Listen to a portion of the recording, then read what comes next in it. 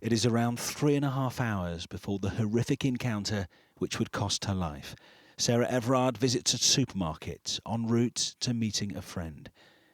This dashcam footage, filmed on a busy thoroughfare in Clapham later that evening, seems innocuous, but shows the seconds before her terrifying ordeal. Wayne Couzens, a serving police officer, would use the powers of his job to falsely arrest and then handcuff her. This CCTV image shows them on the pavement. She's on the left. Having worked on COVID patrols earlier this year, it's thought he cited the regulations to make Miss Everard think she'd breached the rules. Here, he appears to be showing her his warrant card. Do you know Sarah? I don't know. Okay. This is Couzens being questioned by his then colleagues days later. He claims to have not been aware of one of the most high-profile missing persons investigations in British history, but then says he was lent on by a criminal gang to kidnap women for them. At the start of today's sentencing, the prosecution evoked the nationwide outrage and protests about women's safety triggered by this case. What had taken place became widely summarised on social media as #she was only walking home, he said. Whilst it is impossible to summarise what the defendant did to Sarah Everard in just 5 words, if it had to be done with a hashtag, it would be more appropriate to do so as deception, kidnap, rape, strangulation and fire.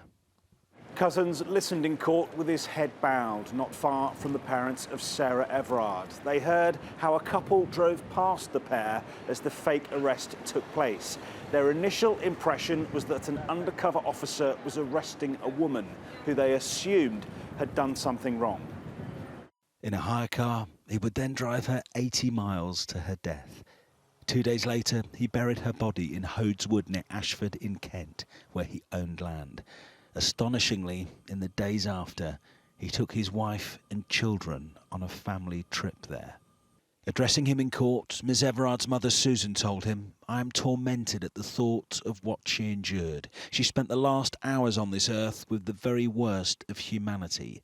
She lost her life because Wayne Couzens wanted to satisfy his perverted desires." As he waits to hear whether he'll be given a whole life term, Couzens, who claims to be remorseful about his actions, is still refusing to give police the chilling details about what he did.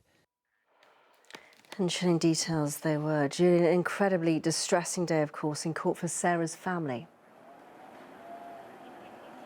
Danny, it takes huge strength for anyone to read out a victim impact statement in court, and especially for this family. Now, when Sarah Everard's father read his out, he said to Couzens, "Look at me," as he started.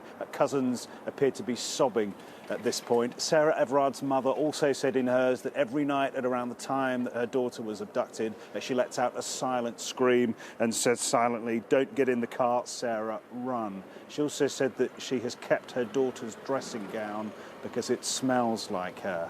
A hugely, hugely difficult day again for them tomorrow when that sentence is handed down. OK, Julian Drucker, thank you.